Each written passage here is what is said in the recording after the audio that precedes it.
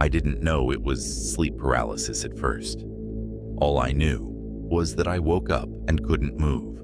My body felt pinned to the bed, as if something heavy was pressing down on me, suffocating me from the inside out. It was pitch black, except for a faint glow from the clock on my dresser, 3:27 in the morning. I tried to wiggle my fingers, shift my legs, anything, but nothing. My limbs were cement. The air in the room felt thick, clinging to me, making every shallow breath a struggle. That's when I noticed the corner. There was something there, something darker than the shadows. At first, it was just a smear of black in the periphery, something you could convince yourself was a trick of tired eyes. But the longer I stared, the more I could see. It was moving.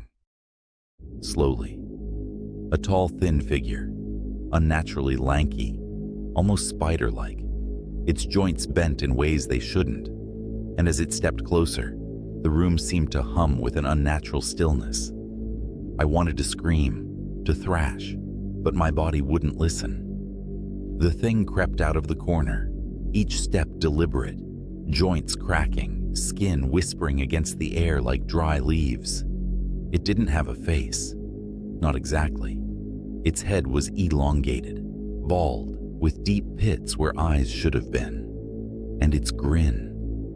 God, that grin was the worst. A jagged slash from ear to ear, like someone had carved it in with a razor and stretched it too wide. I kept telling myself, this isn't real. You're dreaming. It's just sleep paralysis. But that thing kept coming, slow and deliberate, until it was at the side of my bed. It bent over me, its face inches from mine.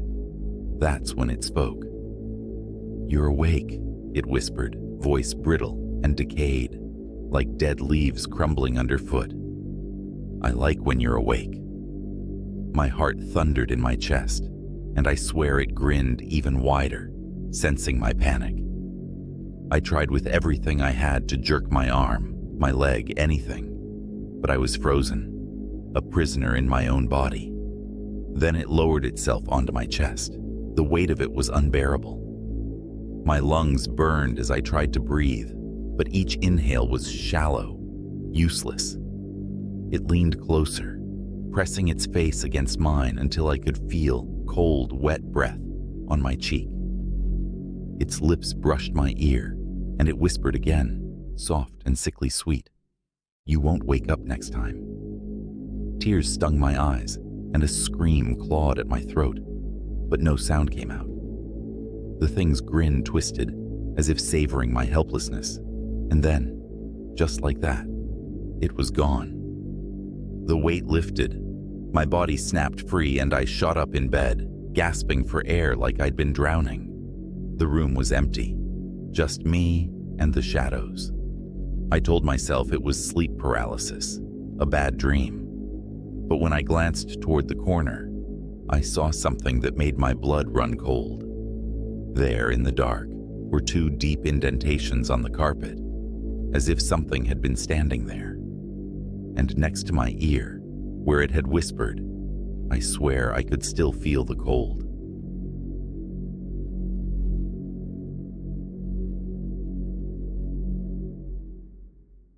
I've always hated the space under my bed. Even as a kid, it gave me the creeps, like something was lurking there, waiting. Now that I'm older, I've learned to ignore it, until the night it decided not to ignore me. It was around 3 o'clock when I woke up, stiff and unable to move. Sleep paralysis. I'd experienced it a few times before, but this felt different. The darkness seemed heavier, the room colder, like all warmth had drained out through the cracks in the walls. And then I heard it, a faint whisper from beneath the bed. "Are you awake?" I felt my heart stutter. I tried to convince myself I was hearing things, that it was just a lingering dream, but the voice came again, closer this time, raspy, wet, and far too real. "I know you can hear me." My body refused to move, not even a twitch. I tried to focus on my breathing, slow it down, but panic was spreading through me like wildfire. Every nerve in my body screamed to run, to scream, to do anything, but I was trapped. The whisper came again, more playful now, like it was toying with me. "Do you want to see me?" Something shifted under the bed, dragging across the floor, slow and deliberate, like claws scraping wood. I could feel it moving down there, shifting just beneath me, as if savoring the moment. My breath hitched as the mattress sagged slightly, a subtle weight pressing against the bottom, as if something was pushing upward. I stared at the ceiling, forcing my eyes not to look down, because I knew if I looked down, I'd see it staring back. "I can see you," the voice rasped, teasing, the sound curling through the still air. I squeezed my eyes shut, willing myself to wake up, to shake free from this nightmare. But then I felt it, something cold brushing against the back of my ankle, like the faintest touch of fingertips. It was reaching for me. I clenched every muscle in my body, hoping, begging, that it would stop. The mattress shifted again, like something big was moving beneath it, slithering closer. And then I heard a new sound, a smile. Not a laugh, but the sound of someone grinning, teeth scraping against teeth, lips pulling back in anticipation. Suddenly, my body unlocked. The paralysis snapped like a rubber band, and I bolted upright, gasping for air. The room was quiet again. Too quiet. The kind of silence that feels wrong. I sat there, heart pounding, listening for any sign of movement beneath the bed. For a long moment there was nothing. Then I heard the whisper again, soft, mocking, and so close it felt like it was inside my head. Maybe next time. I stayed perfectly still, frozen in place. I didn't dare look under the bed, and I never will. Now, every night, I sleep with the lights on and my bed pushed flush against the wall. I even stuffed blankets and clothes underneath to block the space. But sometimes, in the dead of night, I still hear it. A faint slithering sound, like claws dragging slowly across the floor.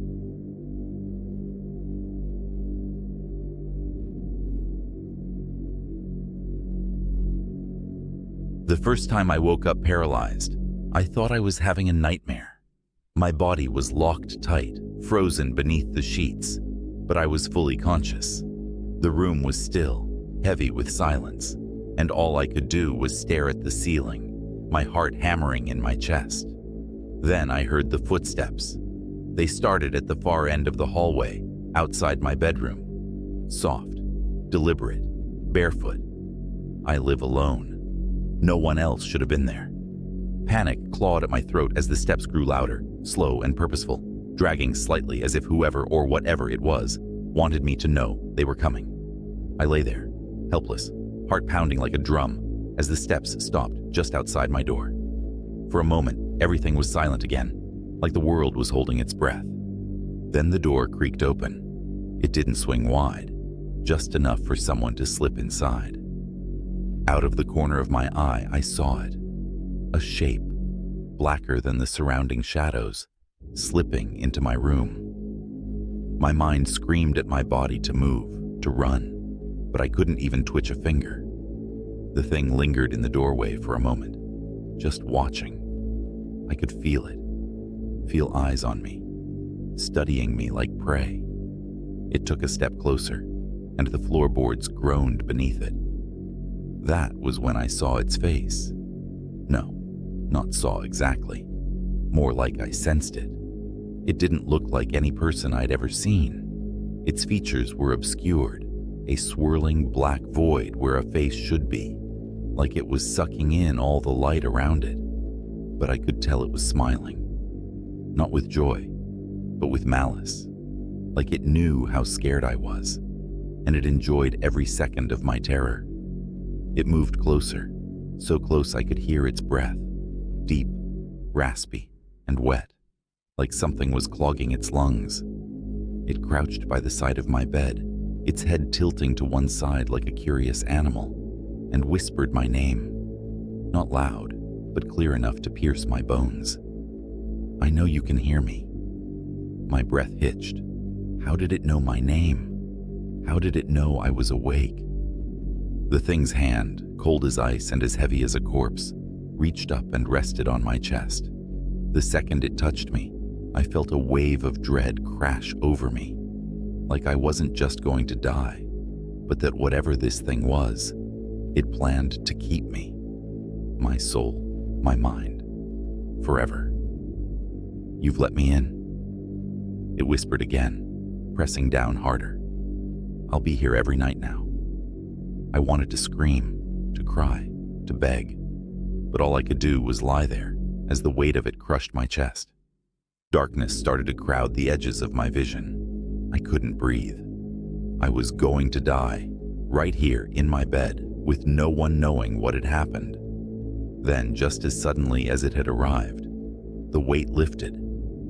The thing leaned close to my ear, its rancid breath making my skin crawl, and hissed, "Until tomorrow." In an instant, I could move again. I bolted upright, gasping for air, heart slamming against my ribs. The room was empty. My door was still closed, but when I flicked on the bedside lamp, my stomach dropped. There, on the floorboards by the door, were long, wet footprints. They led from the hallway into my room, and none of them led back out.